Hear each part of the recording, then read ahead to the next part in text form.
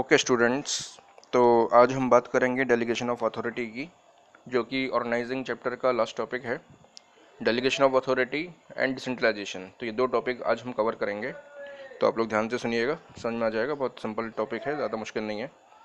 देखिए, delegation of authority का मतलब होता है assigning work to others, giving them authority to do it and distribution of work to others. यानी कि जब ऑर्गेनाइजेशन में, एंटरप्राइजेस में, जब जो सीनियर जो लोग होते हैं, जो सीनियर हैं, तो वो लोग, उनके पास काम का बहुत प्रेशर होता है, वर्क का बहुत लोड होता है, तो वो लोग अपने वर्क को थोड़ा सा कम करने के लिए, अपने लोड को थोड़ा सा कम करने के लिए, जो उनके सबॉर्डिनेट्स होते हैं, जो उनके जूनियर्स होते हैं, वो उनके साथ अपने काम को शेयर कर देते हैं। यानी कि अपना जो वर्कलोड है वो उनको थोड़ा शेयर कर देते हैं, जिससे कि उनके ऊपर जो वर्कलोड है वो कम हो जाता है और उनको वो अपनी जिम्मेदारियां दे देते हैं।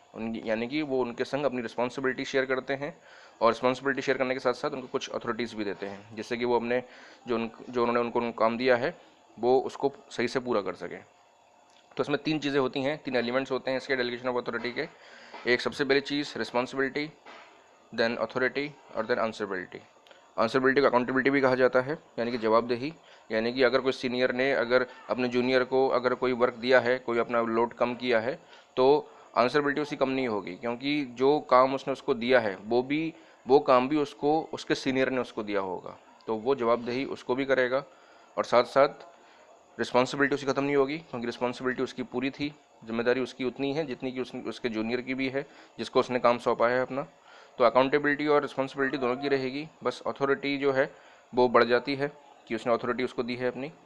तो देखिए, इसका मीनिंग है कि in every organization managers are assigned lot of work and managers alone can not perform all the work, so he must share his duties with subordinates managers. Delegation refers to the downward transfer to authority from a superior to subordinate. It is a prerequisite to the efficient functioning of the organization because it enables a manager to use his valuable time on high priority activities. So delegation is the result of human limitations to the span of management. It also satisfies the subordinates need for recognition and provides them with opportunities to develop and exercise initiative. यानी कि हर एक organisation में जो managers होते हैं, जो senior authority के जो लोग होते हैं, उनके पास बहुत सारा वर्कलोड होता है, बहुत सारा काम होता है। तो वो इतना सारा जो वर्कलोड होता है वो अकेले उसको परफॉर्म नहीं कर पाते, क्योंकि उनके पास इतना समय नहीं होता है कि वो हर एक काम को करते रहें, उनके पीछे लगे रहें। तो इसीलिए वो लोग अपने वर्कलोड को थोड़ा सा कम करने के लिए अपने सबॉर्डिनेट्स के साथ, अपने जूनियर्स के साथ उसको शेयर कर देते हैं। तो ये जो शेयरिंग होती है ये हमेशा डाउनवर्ड चलती है, जैसे आप देख रहे हैं इसमें चार्ट में कि टॉप लेवल वाले अपने काम को मिडिल वालों को शेयर कर देते हैं और मिडिल वाले अपने काम को लो लेवल को शेयर कर देते हैं, और लो लेवल वाले उसको वर्कर्स के थ्रू उसको करवाते हैं। तो हमेशा ऑर्गेनाइजेशन में क्या होता है, काम को, जो वर्क होता है, वर्क को हमेशा नीचे की ओर शेयर किया जाता है, डाउनवर्ड इसको चलाया जाता है, जिससे कि सीनियर्स अपने काम को शेयर करें अपने जूनियर्स के साथ, जिससे कि जो सीनियर लोग होते हैं, जो मैनेजर्स लोग होते हैं, उनको और भी दूसरे काम को करने में समय मिल सके। जो और भी जो ज़रूरी काम होते हैं ऑर्गेनाइजेशन में, लाइक प्लानिंग करना और दूसरे ऑपरेशंस टास्क करना, तो उसको जो ज़रूरी काम है उस पर वो लोग अपना ध्यान दे सकें और छोटे मोटे कामों को वो अपने सबॉर्डिनेट्स के साथ करा सकें। तो इस तरीके से लोग, जो सीनियर लोग होते हैं, वो अपनी रिस्पॉन्सिबिलिटी को शेयर करते हैं, अपनी अथॉरिटी को भी शेयर करते हैं, और आंसरेबिलिटी सबकी रहती है। तो डेलीगेशन ऑफ अथॉरिटी का मतलब ये है कि delegation can be defined as a process of entrusting responsibility and authority to the subordinates and creating accountability on those employees who are entrusted responsibility and authority. तो डेलीगेशन ऑफ अथॉरिटी एक विश्वास का sign होता है, यानी कि जो senior लोग होते हैं, जो सीनियर पर्सनस हैं, वो लोग किसी विश्वास के साथ अपने जूनियर्स को अपनी रिस्पॉन्सिबिलिटी और अपने वर्क को ट्रांसफ़र करते हैं, और विश्वास करके ही उनको वो काम देते हैं, जिससे कि उनको विश्वास रहे कि वो लोग उनके काम को सही समय पे पूरा करेंगे और जो रिसोर्सेज हैं रिसोर्सेज के साथ पूरा करेंगे। तो जैसे आप इसमें देख रहे हैं कि ये जो है, ये एक मैनेजर है, जैसे ये एक मैनेजर है और इसने जो है अपने वर्क को अपने सबॉर्डिनेट्स को ट्रांसफ़र किया। तो रिस्पॉन्सिबिलिटी देखिए उसी की है, अथॉरिटी भी उसी की है, लेकिन अकाउंटेबिलिटी इसकी है। ठीक है, यानी कि ये इसके प्रति जवाबदेही रहेगा कि उसने उसके काम को समय पे पूरा किया या फिर नहीं किया। ठीक है, तो आंसरेबिलिटी सबकी रहती है, इसकी भी है अपने सीनियर के लिए, इसका भी कोई सीनियर होगा। ठीक है, कोई इसका सीनियर होगा जिसके लिए ये रिस्पॉन्सिबल होगी।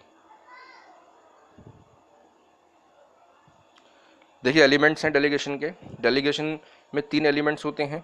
सबसे पहली चीज़ अथॉरिटी, दूसरी रिस्पॉन्सिबिलिटी, और तीसरी होती है अकाउंटेबिलिटी। और ये तीनों ही डेलीगेशन प्रोसेस में ज़रूरी होते हैं, उतनी ही इसकी इंपॉर्टेंस होती है जितनी बाकी चीज़ों की इंपॉर्टेंस होती है। तो ये तीनों का इंपॉर्टेंस बहुत ज़रूरी है। बिना इन तीनों के अगर इसमें से कोई भी एक चीज़ कम हो जाए या ज़्यादा हो जाए तो डेलीगेशन सही से नहीं हो पाता है। मान लीजिए किसी को अगर अथॉरिटी बहुत ज़्यादा मिल जाए और रिस्पॉन्सिबिलिटी इतनी नहीं मिले तो वो अपनी पावर्स का मिसयूज़ करता है, और किसी को अगर रिस्पॉन्सिबिलिटी बहुत ज़्यादा मिल जाए और अगर उतनी अथॉरिटी ना मिले तो वो फ्रस्ट्रेट हो जाता है। तो तीनों में बैलेंस होना बहुत ज़रूरी है। सबसे पहली चीज़ अथॉरिटी होती है। अथॉरिटी का मतलब होता है राइट टू कमांड, यानी कि किसी के पास पावर कितनी है दूसरों को ऑर्डर्स देने की। देखिए अथॉरिटी का मतलब means power to take decisions, it is the right to initiate command and issue orders to carry on the responsibilities. Every employee need to have some authority. Authority can be delegated, so when managers passing some their responsibilities to the subordinates, they should also pass some of the authorities too.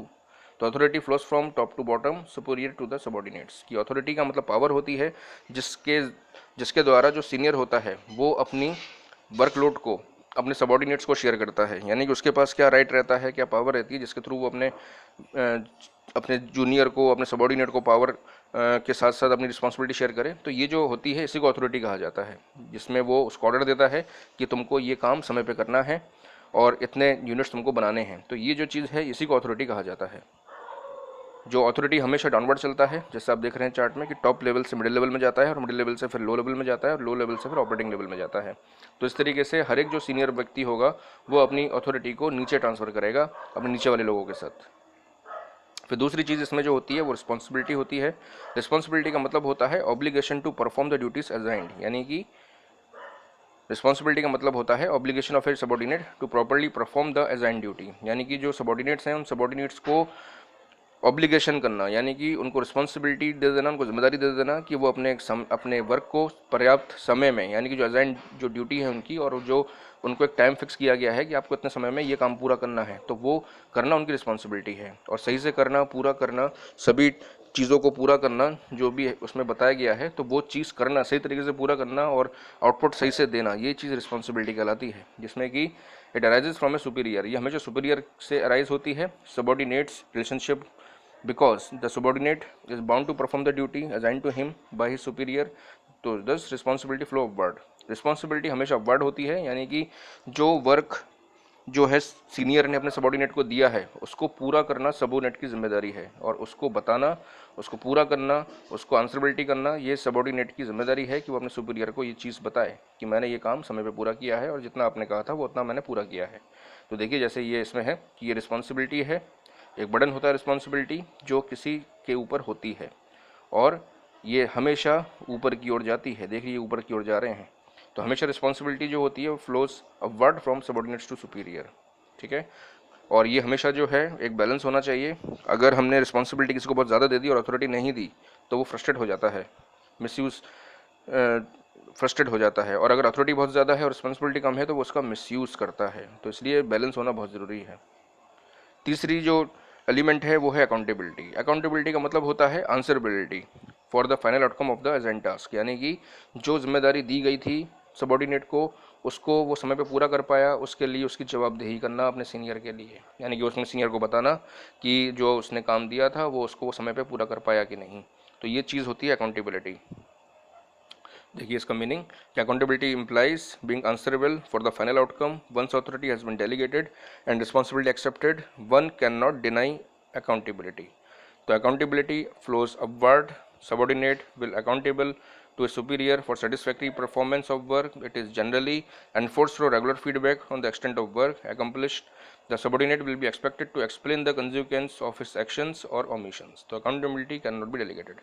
तो देखिए accountability जो होती है उसको answerability कहा जाता है, जो एक फाइनल आउटकम होता है, यानी कि जो वर्क दिया गया था सीनियर के द्वारा अपने सबॉर्डिनेट को, तो सबॉर्डिनेट के द्वारा उसको बताना कि उसने जो काम उसको दिया है वो सही समय पे उसको वो पूरा कर पाया या फिर नहीं कर पाया, और नहीं कर पाया तो क्यों नहीं कर पाया, उसकी सारी रीज़न, सारी वजह उसको बताना, यही चीज़ ही आंसरेबिलिटी है, ठीक है। यानी कि उसको रेगुलर फीडबैक देना कि उसका जो काम है वो सही समय पे हो रहा है कि नहीं, जो उसकी परफॉर्मेंस है वो सही तरीके से चल रही है कि नहीं, उसको कोई परेशानी आ रही है अपने प्रोजेक्ट को पूरा करने में तो क्या आ रही है, उसको वो दूर करने के क्या उपाय करेगा। तो ये चीज़ जो है बताना, ये चीज़ अकाउंटेबिलिटी कहलाती है। जैसे अभी देख रहे हैं कि ये मैनेजर है और ये इसका सबॉर्डिनेट है, तो जो भी इसने ड्यूटीज़ इसको दी, ये ड्यूटीज़ जो है ये इसकी अथॉरिटी है जो उसने इसको दी, और इसकी रिस्पॉन्सिबिलिटी है जो इसको इस समय पे पूरा करेगा। तो अकाउंटेबिलिटी क्या है कि इसकी जवाबदेही कि वो उसको पूरा कर पा रहा है कि नहीं। ठीक है, तो अकाउंटेबिलिटी का मतलब होता है अपवर्ड, यानी कि जो उसको काम दिया गया वो उसको अपवर्डली उसको बताना कि वो उसको सही समय पर उसने पूरा किया या नहीं किया। देखिए, elements of delegation A comparison, ये कंपैरिजन वे में इसको हम कैसे कह सकते हैं। It may be stated that authority is delegated, responsibility is accepted and accountability is imposed. Responsibility is direct from authority while accountability is from responsibility. कि authority जो होती है वो डेलीगेटेड होती है, यानी कि हर एक जो सीनियर होगा वो अपनी अपनी पावर को, अपनी अथॉरिटी को नीचे वाले को शेयर करता है, तो वो डेलीगेट हो सकती है। लेकिन रिस्पॉन्सिबिलिटी एक्सेप्टेड होती है, यानी कि रिस्पॉन्सिबिलिटी को एक्सेप्ट किया जाता है। रिस्पॉन्सिबिलिटी को कोई अपने आप नहीं आती, ये तो अपने आप जो है ये आती है। और अकाउंटेबिलिटी जो होती है वो इम्पोज की जाती है, यानी कि ये अकाउंटेबिलिटी तो आपको करनी ही पड़ेगी, जवाबदेही आपकी बनती है। अपनी अकाउंटेबिलिटी से और रिस्पॉन्सिबिलिटी से कोई भी नहीं बच सकता, वो किसी भी लेवल का व्यक्ति हो। अगर वो अपने काम को नीचे ट्रांसफ़र कर रहा है, शेयर कर रहा है, तो वो उसकी जिम्मेदारी बनी हुई है, उसकी अकाउंटेबिलिटी हमेशा अपने सीनियर के लिए बनी हुई है। ये अकाउंटेबिलिटी को हम ख़त्म नहीं कर सकते, इसी वजह से ये एब्डिकेशन भी माना जाता है कि जो डेलीगेशन ऑफ अथॉरिटी है ये एब्डिकेशन है। एब्डिकेशन का मतलब होता है कि रिस्पॉन्सिबिलिटी और आंसरेबिलिटी से कोई भी व्यक्ति नहीं बच सकता। हर एक सीनियर जो जो अपने जूनियर को काम सौंप रहा है, तो उसका आंसरेबिलिटी ख़त्म नहीं हुई है। ऐसा नहीं है कि मैंने जो है आपको अपना काम सौंप दिया तो मेरी जिम्मेदारी ख़त्म हो गई। जिम्मेदारी नहीं ख़त्म होगी, तब तक नहीं ख़त्म होगी जब तक आपके द्वारा वो काम पूरा नहीं किया जाता और आपके द्वारा सही पॉजिटिव रिजल्ट्स नहीं आ जाते, जब तक पूरी नहीं होती अकाउंटेबिलिटी। देखिए कॉम्परेटिव स्टडी तीनों के बारे में। देखिए बेसिस के आधार पे जो मीनिंग है, अथॉरिटी का मतलब होता है राइट टू कमांड, यानी कि कमांड करना। और रिस्पॉन्सिबिलिटी का मतलब होता है ऑब्लिगेशन टू परफॉर्म, यानी कि आपके ऊपर एक जिम्मेदारी है कि आप उसको वो पूरा करना ही करना है। और अकाउंटेबिलिटी का मतलब होता है आंसरेबिलिटी, कि आप उस पर क्या जवाबदेही कर रहे हैं, कि आपका आंसर क्या आया। डेलीगेशन जो है डेलीगेटेड हो सकती है अथॉरिटी में। अथॉरिटी में हम अपनी जिम्मेदारी को, अपनी पावर को डेलीगेट करते हैं अपने नीचे वालों को, लेकिन रिस्पॉन्सिबिलिटी डेलीगेट नहीं हो सकती।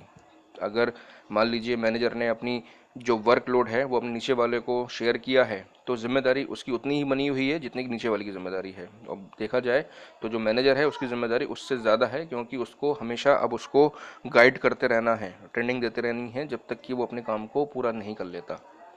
तीसरी बात, अकाउंटेबिलिटी को डेलीगेट नहीं किया जा सकता। ये जो है सबके साथ है। जो भी व्यक्ति, जो भी मैनेजर या फिर जो भी सीनियर अपने काम को सौंप रहा है, तो आंसरेबिलिटी सबकी बनी हुई है, अकाउंटेबिलिटी सबकी बनी हुई है, वो नीचे वाले की भी बनी हुई है और ऊपर वाले की भी बनी हुई है। और authority comes from formal position, हमेशा अथॉरिटी को फॉर्मली लिया जाता है, यानी कि फॉर्मल पोजीशन से जो एक सीनियर होगा वो अपने पावर के तहत अपने नीचे वाले को जिम्मेदारी देगा, पावर देगा। और रिस्पॉन्सिबिलिटी को डेलीगेटेड किया जाता है अथॉरिटी के साथ ही, यानी कि जो व्यक्ति किसी को कोई काम देता है, कोई रिस्पॉन्सिबिलिटी दे, कोई वर्क देता है, तो उसके साथ साथ उसको उतनी रिस्पॉन्सिबिलिटी उसकी तुरंत बन जाती है। रिस्पॉन्सिबिलिटी तुरंत अराइज होती है जब भी कोई व्यक्ति अपना काम किसी को सौंपता है। और अकाउंटेबिलिटी रिस्पॉन्सिबिलिटी के साथ ही आती है। अगर उसको वर्क दिया है तो रिस्पॉन्सिबिलिटी बनी हुई है, और रिस्पॉन्सिबिलिटी के साथ साथ उसको अपनी अकाउंटेबिलिटी भी करनी पड़ेगी। उसका जो भी आंसर आए, पॉजिटिव आए, नेगेटिव आए, कैसा भी आउटकम आए, तो उसको अपना आंसर, उसकी रिस्पॉन्सिबिलिटी है कि वो उसको समय पे बताए। और अथॉरिटी का जो फ्लो होता है वो हमेशा डाउनवर्ड होता है, क्योंकि जो अथॉरिटी होती है वो पावर होती है, और पावर हमेशा नीचे वाले ऊपर वाले नीचे वाले को शेयर करते हैं। और रिस्पॉन्सिबिलिटी अपवर्ड होती है, यानी कि नीचे वाले ऊपर वाले को बताते हैं कि उसका जो वर्क उसने दिया था वो समय पर पूरा हो पाया या फिर नहीं हो पाया। और अकाउंटेबिलिटी भी अपवर्ड ही होती है, क्योंकि ये भी आंसरेबिलिटी है, ये बताना अपने सीनियर को कि जो उसके द्वारा जो उसको काम दिया गया था वो उसको समय पे पूरा कर पाया या फिर नहीं कर पाया। अब देखिए अब इम्पोर्टेंस है डेलीगेशन की, कि इम्पोर्टेंस क्या क्या है, इसका महत्व क्या क्या है। तो देखिए 6 पॉइंट हैं। सबसे पहली चीज़ effective administration, effective management. Second employee development. Third motivation of employees. Fourth facilitates growth. Fifth managerial hierarchy. और सिक्स्थ है बेटर कोऑर्डिनेशन। आइए इसकी डिटेल में देख लेते हैं इसको। देखिए सबसे पहला है इफेक्टिव मैनेजमेंट। मैनेजमेंट बहुत इफेक्टिव हो जाता है।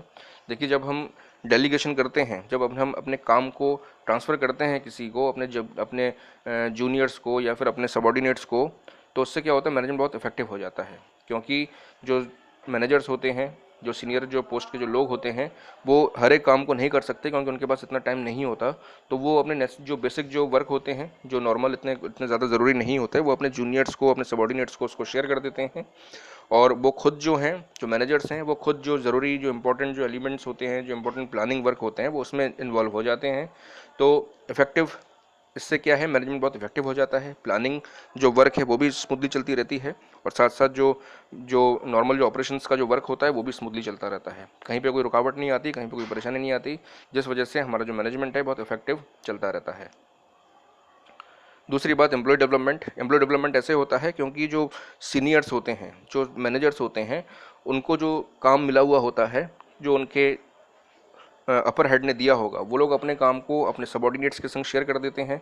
तो शेयर करने से क्या होता है, एक तो उनका समय बचता है, वो दूसरे कामों में इन्वॉल्व हो जाते हैं, इजीली कर सकते हैं, और साथ ही साथ जो उनके सबॉर्डिनेट्स हैं, वो सबॉर्डिनेट्स जो वर्क उनको उनके मैनेजर ने या उनके सीनियर ने दिया है उसको वो लेते हैं, तो उनके अंदर एक मोटिवेशन आता है। ठीक है, उनको वो नए काम करने का, उनको नया नया तरीका वो सीख पाते हैं।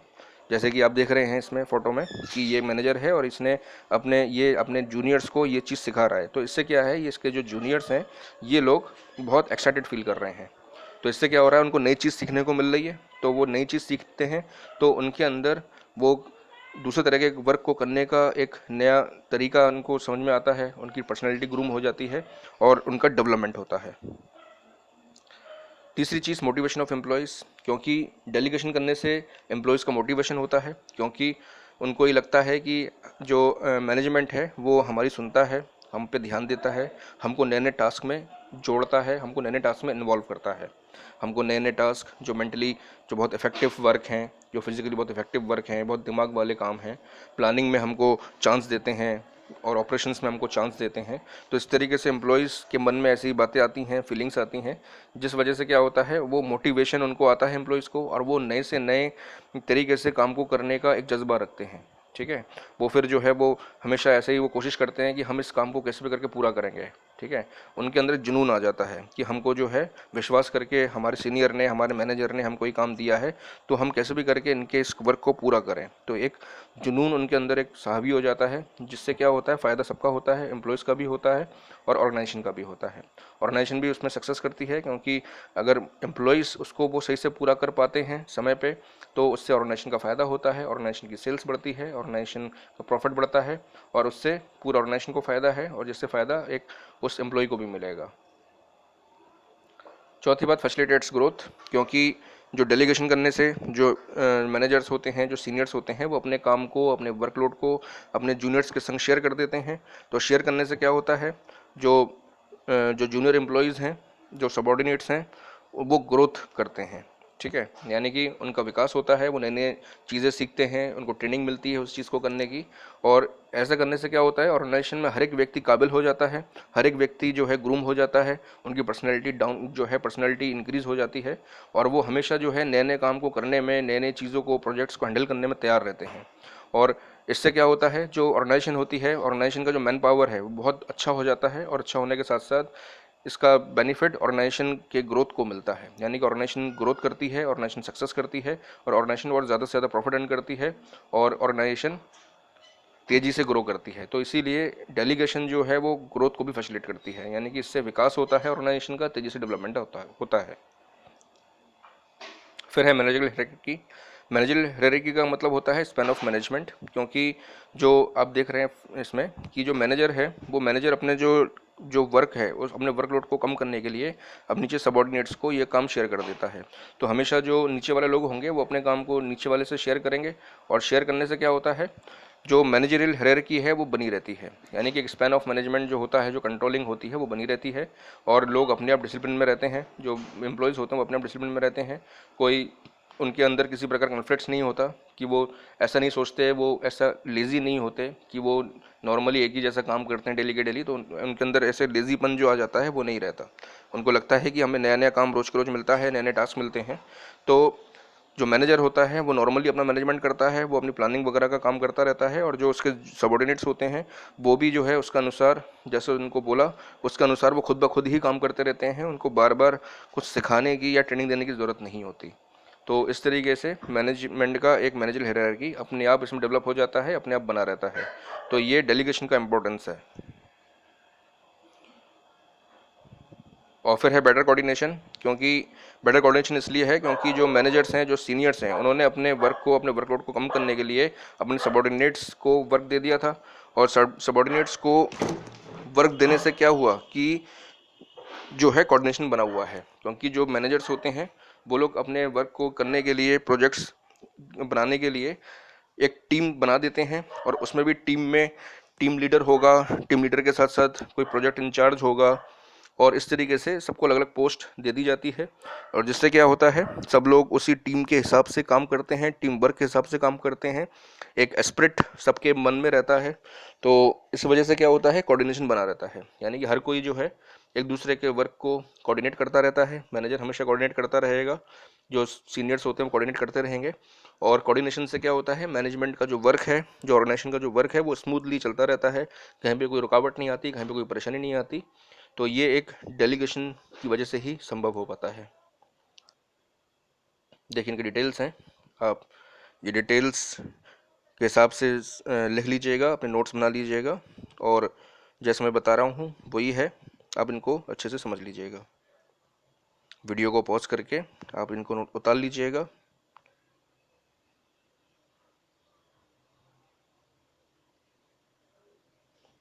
देखिए फोर्थ है helping the expansion of business, कि बिजनेस एक्सपेंड होता है। बेटर कोऑर्डिनेशन, कोऑर्डिनेशन कैसे बना रहता है कि delegation enables managers and subordinates to establish relationship with each other. It improves the atmosphere and maintains effective coordination at all levels of management.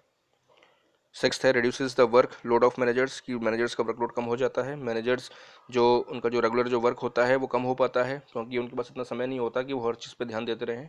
तो इसलिए वो अपने जो रेगुलर वर्क है, जो रूटीन वर्क है, वो अपने नीचे वालों के संग, अपने सबॉर्डिनेट्स के संग शेयर कर देते हैं, और खुद जो इंपॉर्टेंट टास्क होते हैं प्लानिंग वगैरह के, उस पर वो लोग इन्वॉल्व हो जाते हैं, जिससे कि ओवर बर्डन जो है मैनेजर का वो कम हो जाता है।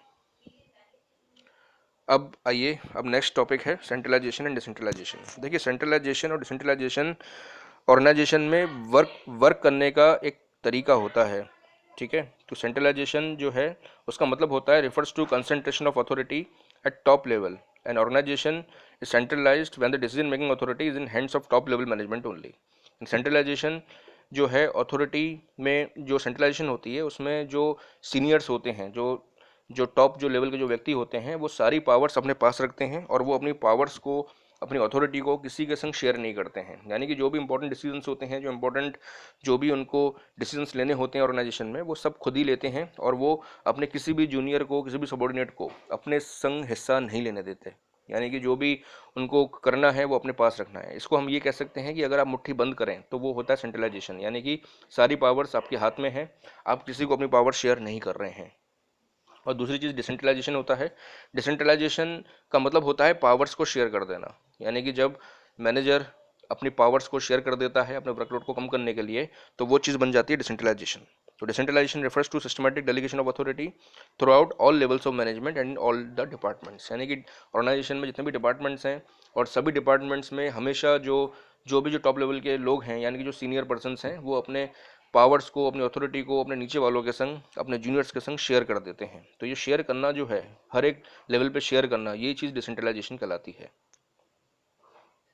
देखिए डिसेंट्रलाइजेशन का मतलब है delegation of authority at every level of management, यानी कि ऑर्गेनाइजेशन में मैनेजमेंट के हर एक लेवल में, हर एक डिपार्टमेंट में डेलीगेशन किया जाता है, और वो परमानेंट वे में डेलीगेशन किया जाता है। यानी कि डेलीगेशन ऑफ अथॉरिटी जो होती है वो एक टेम्प्रेरी बेसिस होती है, यानी कि किसी काम की जिम्मेदारी दे देना टॉप मैनेजर के द्वारा या टॉप सीनियर अथॉरिटी के द्वारा अपने नीचे वालों को। तो वो सिर्फ एक नॉर्मल टास्क के लिए होगा, जब वो टास्क पूरा हो जाएगा तो डेलीगेशन खत्म हो जाता है। लेकिन डिसेंट्रलाइजेशन एक ऐसा प्रोसेस है जो रेगुलर वे में चलता रहता है, परमानेंट वे में चलता रहता है। यानी कि इसमें हमेशा जो लेवल्स बने होते हैं ऑर्गेनाइजेशन में, वो अपने वर्क को अपने नीचे वालों को ट्रांसफ़र रेगुलर वे में करते रहते हैं। जैसे टॉप लेवल वाले होंगे, टॉप मैनेजमेंट वाले, वो अपनी अथॉरिटी को मेजर डिसीजंस रखने में अपने पास रखेंगे, बाकी अपनी जो अथॉरिटी है वो अपने नीचे वालों को शेयर कर देंगे, यानी कि मिडिल लेवल को शेयर कर देंगे। और मिडिल लेवल वाले जो पावर उनको अपने टॉप लेवल से मिलती है, वो लोग भी अपनी पावर को कुछ अपने पास रख के बाकी अपनी पावर्स और रिस्पॉन्सिबिलिटी नीचे वालों को, यानी कि जो बॉटम लेवल होता है, उसमें शेयर कर देते हैं। जिससे कि वो लोग उसको वर्कर्स के द्वारा पूरा कराया सकें। ठीक है, और वर्कर्स में भी डेलीगेशन करते हैं वो लोग कि वर्कर्स में भी जो उसमें जो फोरमैन्स होंगे, जो सुपरवाइजर्स होंगे, उनको वो कुछ पावर्स दे देते हैं, अथॉरिटी दे देते हैं, और उनके पास जो है जिम्मेदारी तो रहती है, और साथ साथ उनको कहते हैं कि आपको फ्री कर दिया है, आप अपने हिसाब से जो वर्कर्स अपॉइंट करने हैं या फिर निकालने हैं वो आप अपने हिसाब से करिए। जिससे क्या होता है, जो बड़ी कंपनियां होती हैं, जो बहुत बड़ा जिसका लार्ज स्केल है, तो वहाँ पे डिसेंट्रलाइजेशन तरीका फॉलो किया जा सकता है। क्योंकि वहाँ पे क्या होता है कि जो मैनेजर्स होते हैं, जो टॉप लेवल के जो व्यक्ति होते हैं, डायरेक्टर्स वगैरह, उनके पास इतना समय नहीं होता है कि वो छोटे छोटे वर्कर्स के पास भी जाके बात कर सकें। इसलिए वो डिसेंट्रलाइजेशन का तरीका अपनाते हैं कि वो लोग हर एक इंपॉर्टेंट डिसीजंस अपने पास रखते हैं, और बाकी सब कुछ जो है अपने नीचे वालों के संग, अपने जूनियर्स के संग, सबॉर्डिनेट्स के संग करवाना उचित समझते हैं। जिससे कि क्या है, वो लोग खुद इंपॉर्टेंट टास्क में लगे रहते हैं और बाकी ऑर्गेनाइजेशन का जो वर्क है वो स्मूथली चलता रहता है। तो ये प्रोसेस ही जो है डिसेंट्रलाइजेशन कहलाती है। देखिए, डिसेंट्रलाइजेशन का मीनिंग सिंपल वे में कि systematic dispersal of authority to the lower levels of organization, यानी कि आप सिंपल जब आप अपनी अथॉरिटी को सिस्टमेटिक वे में हर एक लेवल में, हर एक लोअर लेवल ऑफ ऑर्गेनाइजेशन में अगर आप ट्रांसफर करते रहेंगे, शेयर करते रहेंगे, तो वही चीज़ डिसेंट्रलाइजेशन कहलाती है। जैसे कि आप भी देख रहे हैं कि इसने अपनी पावर को इनके संग शेयर किया, फिर इन्होंने इनके संग शेयर किया, फिर इन्होंने इनके संग शेयर किया, और ये सबके संग शेयर हो रहा है। तो ये चीज़ ही डिसेंट्रलाइजेशन कहलाती है। देखिए, इंपॉर्टेंस क्या है डिसेंट्रलाइजेशन का, कि सबसे पहली बात, डेवलप इनिशिएटिव अमंग सबॉर्डिनेट्स। जो सबॉर्डिनेट्स होते हैं, जो जूनियर लेवल के जो व्यक्ति होते हैं, उनके बीच में इनिशिएटिव की भावना आती है। क्योंकि इसमें जो है, देखिए क्या होता है, जो लोअर लेवल है वो इंपॉर्टेंट डिसीजंस वो खुद ले सकता है अब। ठीक है, यानी कि जो जो सीनियर्स होते हैं, जो टॉप लेवल के लोग होते हैं, वो सारे पावर्स अपने पास ना रख के वो अपने पावर्स को अपने नीचे वालों के संग, अपने जूनियर लेवल के संग शेयर कर देते हैं। जिससे क्या होता है, जो जूनियर लेवल के जो लोग होते हैं, जो सबॉर्डिनेट्स होते हैं, उनके मन में कॉन्फिडेंस की भावना आती है और वो सेल्फ रिलायंस हो जाते हैं। यानी कि इंपॉर्टेंट डिसीजंस वो खुद भी ले सकते हैं, उनको बार बार अपने सीनियर से या फिर अपने मैनेजर से या डायरेक्टर से पूछने की ज़रूरत नहीं होती है। क्योंकि उनको उन्होंने फ्री कर रखा है अपने टाइम को बचाने के लिए, कि हम छोटे मोटे काम में जो है आपसे डिसीजन जो है हम अपने डिसीजन नहीं देंगे, आप छोटे मोटे जो काम है वो अपना खुद डिसीजन आप ले सकते हैं।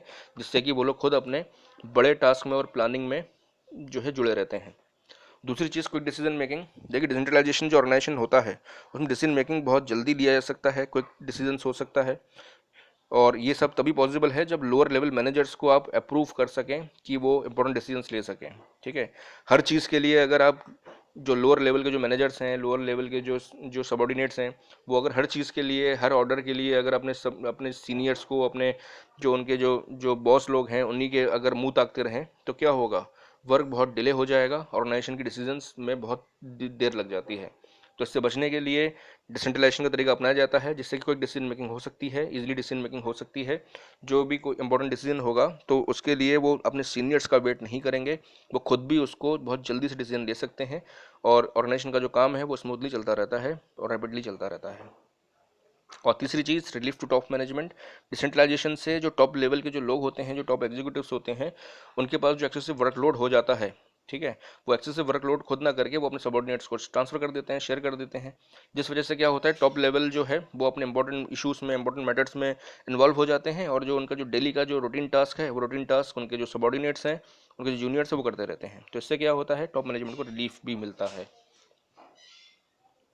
और चौथी बात, फैसिलिटेट्स ग्रोथ। देखिए, डिसेंट्रलाइजेशन में क्या होता है कि लोअर लेवल इन्वॉल्व होता है डिसीजन मेकिंग में, क्योंकि जो टॉप लेवल वाले लोग होते हैं वो अपने पावर्स को, अपनी अथॉरिटी को नीचे वालों को शेयर कर देते हैं। और नीचे वाले जो को शेयर करने से क्या होता है, नीचे वाले जो लोग हैं, जो सबॉर्डिनेट्स हैं, वो फिर इंपॉर्टेंट डिसीजंस लेते हैं, और उनको बार बार अपने सीनियर से, अपने डायरेक्टर से या मैनेजर से पूछने की ज़रूरत नहीं होती है। इंपॉर्टेंट टास्क, इंपॉर्टेंट डिसीजंस वो खुद ले लेते हैं और अपने पास पावर्स अपने हाथ में रखते हैं। जिस वजह से क्या होता है, डिपार्टमेंट वाइज, क्योंकि हर एक डिपार्टमेंट में ऐसे चलता रहता है, तो हर एक डिपार्टमेंट में एक हेल्दी कंपटीशन बना रहता है। और हेल्दी कंपटीशन बने रहने से जो वर्कर्स होते हैं, जो एम्प्लॉयज़ होते हैं, वो मोटिवेट रहते हैं हमेशा। उनके अंदर जो एक एंथुसियास्टिक जो बिहेवियर है वो बना रहता है, और इस वजह से ऑर्गेनाइजेशन हमेशा ग्रो करती है, डेवलप होती है। और पांचवी बात, डेमोक्रेटिक सिस्टम है। क्योंकि डेमोक्रेटिक सिस्टम का मतलब है, यहाँ पे लोगों को अपनी बात कहने का अधिकार मिलता है, क्योंकि सबको जिम्मेदारी दी गई है, पावर भी दी गई है। तो कोई यहाँ पे दबा कुचला नहीं रहता। लोग अपनी, किसी को कोई प्रॉब्लम है, किसी को कोई अपनी बात कहनी है, तो वो उसको पूरा वेलकम किया जाता है, मैनेजमेंट के सामने वो अपनी बात रखता है, और अगर उसकी बात पसंद आती है तो उसको पूरा तरह से अप्लाई किया जाता है। जिस वजह से क्या होता है, और जो वर्कर्स हैं, जो एम्प्लॉयज़ हैं, वो लोग मोटिवेट रहते हैं, और उनको मन में ऐसी फीलिंग नहीं आती कि हमको सिर्फ जो है एक जानवरों की तरह हमें सिर्फ काम कराया जाता है, ऐसा नहीं है। वो इंसानों की तरह व्यवहार करते हैं और हमेशा मोटिवेट रहते हैं। और 6 पॉइंट है बेटर कंट्रोल। डिसेंट्रलाइजेशन से एक कंट्रोलिंग सिस्टम बहुत बेहतर हो जाती है, क्योंकि जो वर्कर्स होते हैं, जो एम्प्लॉयज़ होते हैं, वो अपने आप सेल्फ डिसिप्लिन रहते हैं।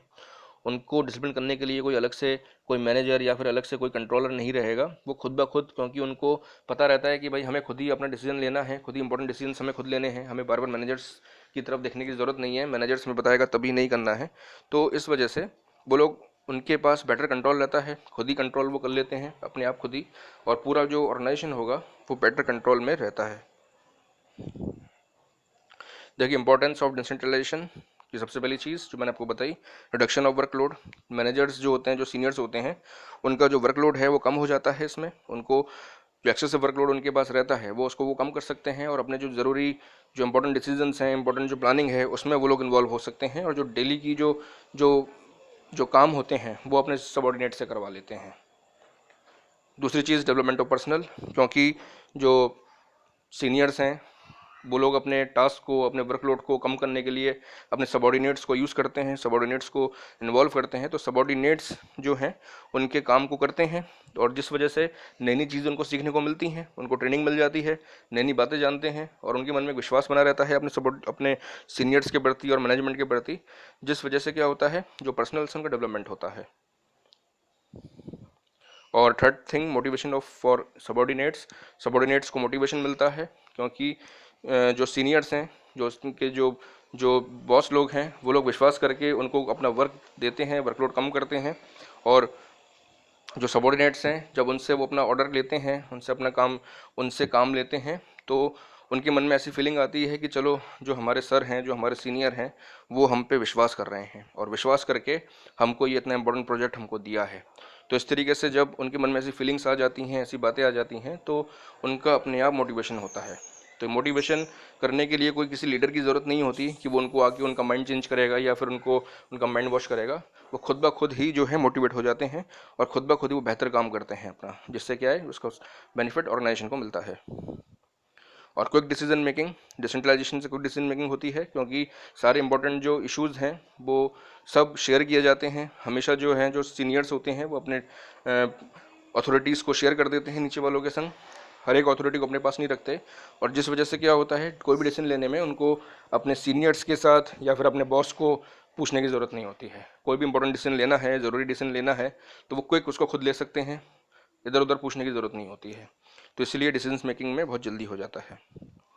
और इनिशिएटिव एंड क्रिएटिविटी, क्योंकि डिसेंट्रलाइजेशन हो रहा है, तो डिसेंट्रलाइजेशन होने से जो वर्कर्स हैं, जो एम्प्लॉयज़ हैं, उनके मन में इनिशिएटिव आ जाती है, क्रिएटिविटी आ जाती है।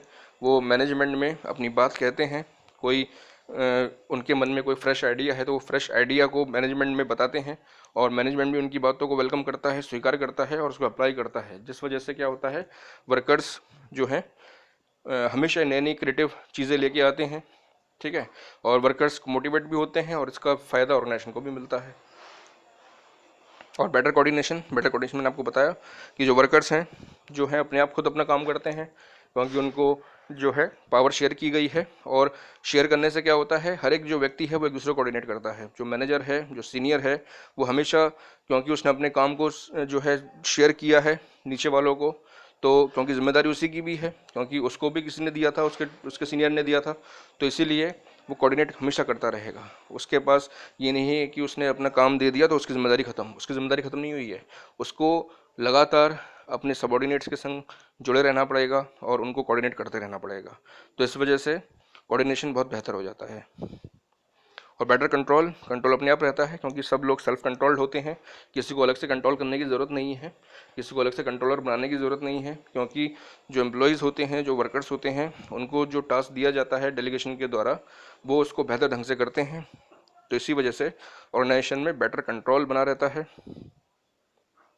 अब देखिए इसका डिफरेंस देख लेते हैं, डेलीगेशन डिसेंट्रलाइजेशन में क्या होता है। देखिए डेलीगेशन जो होता है वो केवल एक टेम्परेरी बेसिस के लिए होता है, और इसका जो मीनिंग है वो ये है कि 1% टू अनदर। एंड डेलीगेशन का मतलब होता है सिर्फ एक व्यक्ति के द्वारा, एक सीनियर व्यक्ति के द्वारा अपने वर्क को दूसरे को ट्रांसफ़र कर देना। और डिसेंट्रलाइजेशन पूरा ऑर्गेनाइजेशन में होता है, यानी कि ऑर्गेनाइजेशन में हर एक लेवल में डेलीगेशन चलता रहता है। वो टॉप लेवल में भी अब नीचे वालों को शेयर करते हैं, टॉप लेवल वाले नीचे मिडिल में आते हैं, मिडिल वाले अपने काम को बॉटम में शेयर करते हैं, बॉटम वाले अपने वर्क को, अपने वर्कलोड को अपने वर्कर्स के संग शेयर करते हैं। और नेचर की अगर बात करें तो डेलीगेशन इंडिविजुअलिस्टिक होता है क्योंकि केवल एक ही व्यक्ति के द्वारा ये किया जाता है, और डिसेंट्रलाइजेशन टोटलिस्टिक होता है यानी कि पूरे ऑर्गेनाइजेशन में हर एक व्यक्ति डेलीगेशन का काम करते हैं। और डेलीगेशन एक लिमिटेड स्कोप के लिए है क्योंकि केवल सिंगल टास्क के लिए ही किया जाता है, क्योंकि जो जो वर्क डेलीगेट होगा वो केवल एक छोटे से किसी स्पेसिफिक काम के लिए ही होगा। लेकिन डिसेंट्रलाइजेशन का वाइड स्कोप है, ठीक है, यानी कि वो वाइड स्कोप है, हर एक जना जो है डेलीगेट करता है। और रिस्पॉन्सिबिलिटी जो है, डेलीगेशन में रिस्पॉन्सिबिलिटी केवल एक सुपीरियर की होती है, यानी कि वो उसकी मर्जी है कि वो कब उसको डेलीगेट करेगा कब नहीं करेगा। लेकिन डिसेंट्रलाइजेशन जो है वो relieve up to a certain extent, यानी कि डिसेंट्रलाइजेशन जो है वो तो होता ही रहता है, वो हर एक जो टॉप लेवल का जो व्यक्ति होगा या जो सीनियर होगा वो अपने काम को अब नीचे वालों को, अपने जूनियर को शेयर करेगा ही करेगा। इफेक्टिवनेस की बात करें तो जो डेलीगेशन होता है वो उससे ऑर्गेनाइजेशन हर एक जगह से इफेक्टिव हो जाती है, ठीक है, क्योंकि काम को डेलीगेट किया जा रहा है, वर्क को डेलीगेट किया जा रहा है, तो जिससे कि जो जो सबॉर्डिनेट्स हैं, जो जूनियर्स हैं, वो उसके काम को लेके इफेक्टिव बन जाते हैं। और डिसेंट्रलाइजेशन देखा जाए तो ये डेलीगेशन से ज़्यादा बेहतर है, जिसमें ज़्यादा इफेक्टिवनेस आती है, क्योंकि टॉप से लेके बॉटम तक और वर्कर्स तक सबके बीच में वर्क को डेलीगेट किया जाता है।